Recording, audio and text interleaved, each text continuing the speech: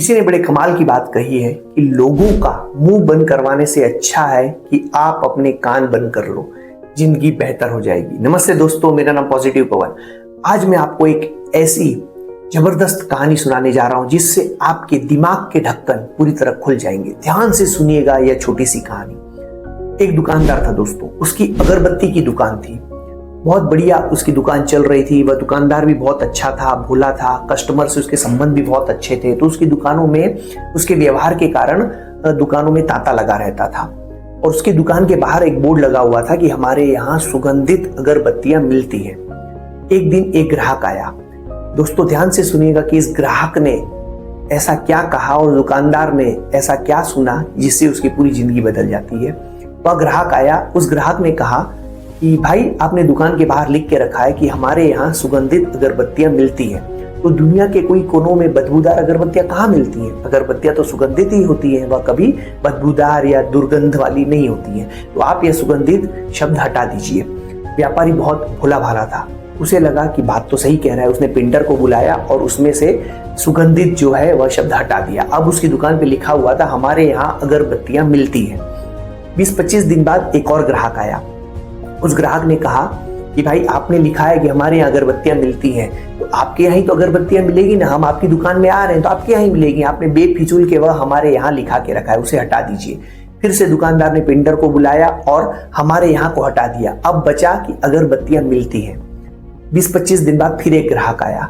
उस ग्राहक ने कहा कि भाई, आपकी तो अगरबत्ती की दुकान है, तो यहाँ तो अगरबत्तियां तो मिलेगी, ये तो कॉमन सेंस की बात है। तो आपने फालतू का बोर्ड लगा के रखा है कि अगरबत्तियां मिलती हैं, आप उसे भी हटा दीजिए। उस व्यापारी ने कहा बात तो सही है।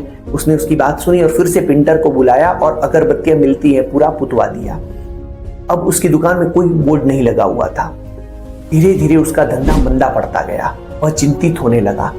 एक दिन उसका बहुत ही अच्छा, बहुत ही अजीज दोस्त बाहर से आया उसकी दुकान में। उसने कहा, भाई क्या हाल चाल है?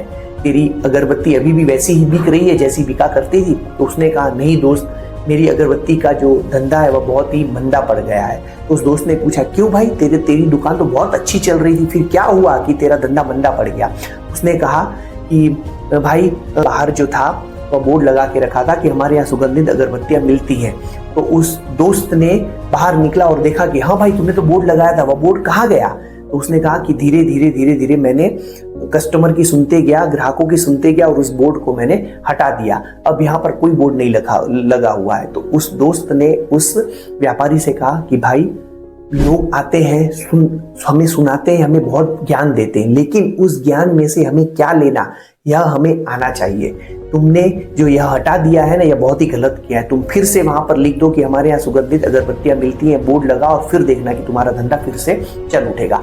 तो उसने फिर से बोर्ड लगाया, हमारे यहाँ सुगंधित अगरबत्तियां मिलती हैं, और फिर से धीरे धीरे उसकी अगरबत्ती की दुकानों पर व्यापार की भीड़ बढ़ती गई और उसका धंधा फिर से चलने लगा। दोस्तों, यह छोटी सी कहानी हमें यह सिखाती है कि हमारे जीवन में बहुत से लोग आते हैं हमें ज्ञान देने के लिए, लेकिन हमें क्या ज्ञान लेना और क्या नहीं लेना, यह हमको आना चाहिए।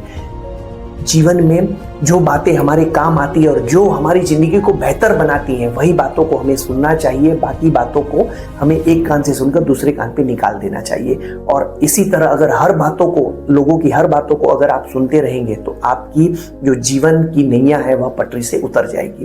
तो चलो दोस्तों, कर दिखाए कुछ ऐसा कि दुनिया करना चाहे हमारे जैसा। Be positive, think positive, be the best version of yourself. जय हिंद, जय भारत, हर हर महादेव।